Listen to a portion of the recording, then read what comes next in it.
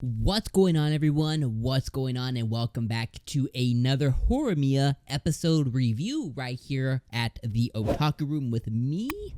Yeah, me, Dom from the Otaku Room. Alright, guys, so we are talking today about Horimiya episode number 11. And, Horimiya continually does something really special.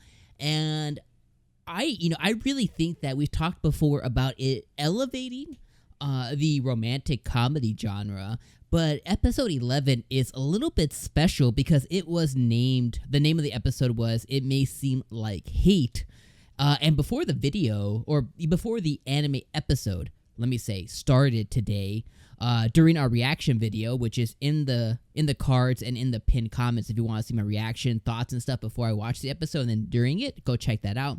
But before the reaction video started, I was saying, the episode's focused around the trait hate, and I was wondering, is the hate going to be between Miyamura and Hori? Is it going to be between Yuki and Toru? Is it going to be between Sengoku? Like, what character is this hate going to be centered around? And during the episode, as we were watching it, there was moments where the character Yanagi, the pink hair, sexy man himself, Yanagi, was introduced, and there was some animosity, I guess, between him and Toru, and immediately my thought was, okay, this hate, we must be going in the direction between it's Toru and Yanagi, but the episode actually took like a left turn, and actually went an opposite direction, which I thought was really cool. I'll definitely talk about the episode specifically, in a recap form in a second. But one of the things I thought was really cool about the episode, kind of going a new direction that I didn't think it was going to go in, was that this episode was the least exciting episode of the season so far.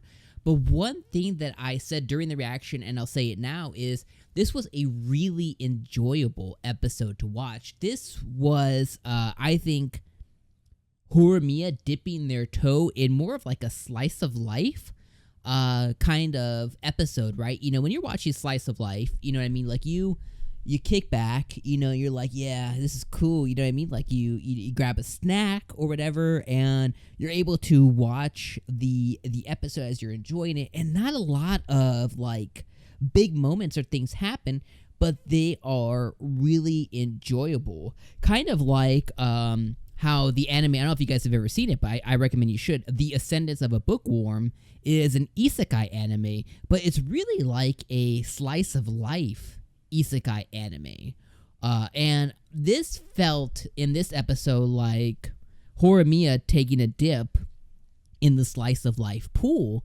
And I thought that was really cool because, again, this episode didn't really have a lot of exciting moments or a lot of like new developments necessarily, but it had this enjoyability of it.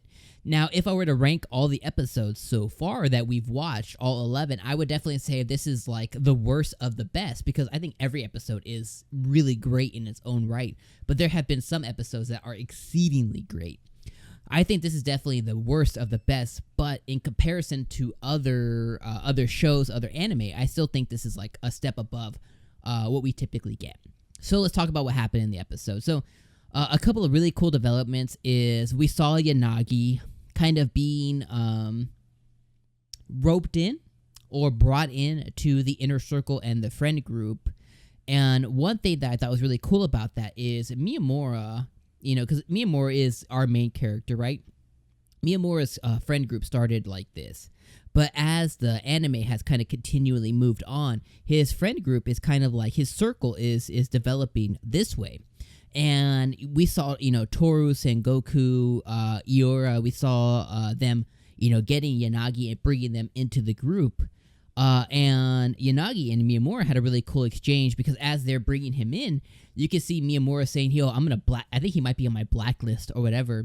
And Yanagi does this cool thing and looks at Miyamura and says, hey, don't worry, I'm not going to take them away. And Miyamura gets flush red, really cute, and runs away. And we later on get them kind of going back and forth, exchanging, arguing about who's taller and stuff. And we see their relationship kind of becoming closer. which is really cool because we now know like they're becoming friends. And I have to mention, we also saw Best Girl Sakura. She's my favorite character in the anime. I don't care anybody says she's best girl, fight me. We saw Sakura a little bit in the episode kind of mediate their fight. And I thought that was really cool. As the anime went on, we were definitely, this was definitely Eora, was definitely the focus of the anime, which I thought was pretty interesting as well, because he hasn't been a focus at all. He's been like comedic relief, kind of sprinkled here and there throughout the anime, but he's probably the least developed character out of all the other ones we've been introduced to. Yuki, Toru, Remy, Sengoku, you know what I mean? Like, he's probably the least developed one so far.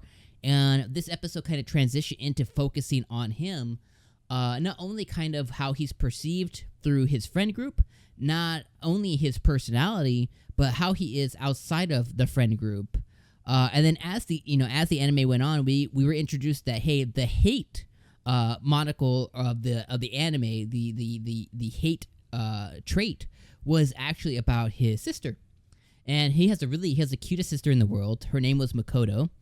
And the anime, not only developed him more personally, and we got to see him how, again, like I said, he is with his friends, how his personality is. But at some point in the anime, he becomes sick, and the anime sprinkles in Sawada, which is the girl who basically looks like Miyamura, who had she had the hots for Hori. And we see, Toru and Sengoku try and like become friends with her. And then we see Eora try to do the same thing, but she's creeped out because he's an 11. He's just too much for her. And we see her, as the anime went on, we saw her curiosity get piqued for him. So I hope something kind of sparks and, happens there. But then, swapping back to his sister, I know I'm going all over the place. Stay with me, though. As we swap back to Makoto, we got to see that her hatefulness is driven, I guess you could say, from her inability to get into a school that she wants.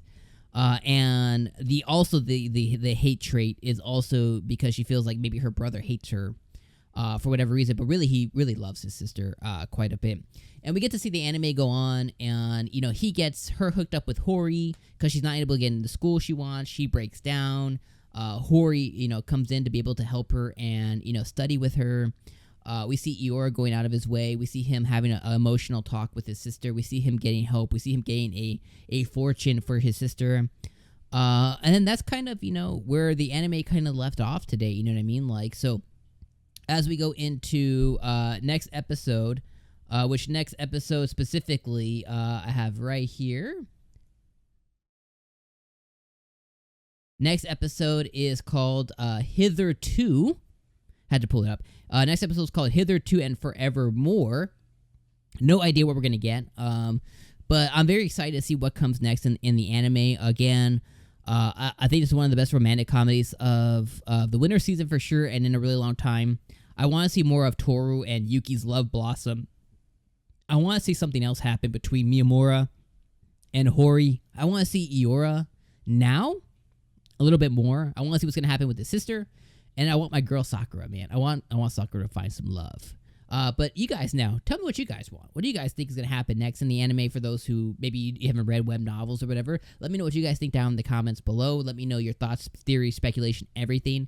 And if you guys could do me a huge favor, if you want to see my reaction video, if you guys like reaction video, go check my full reaction through today's full episode right here once it's published. And the video right below it, that's what YouTube says is best for you. So click on it, right? You must. And make sure you guys subscribe and like the video. And we'll catch you on the next review.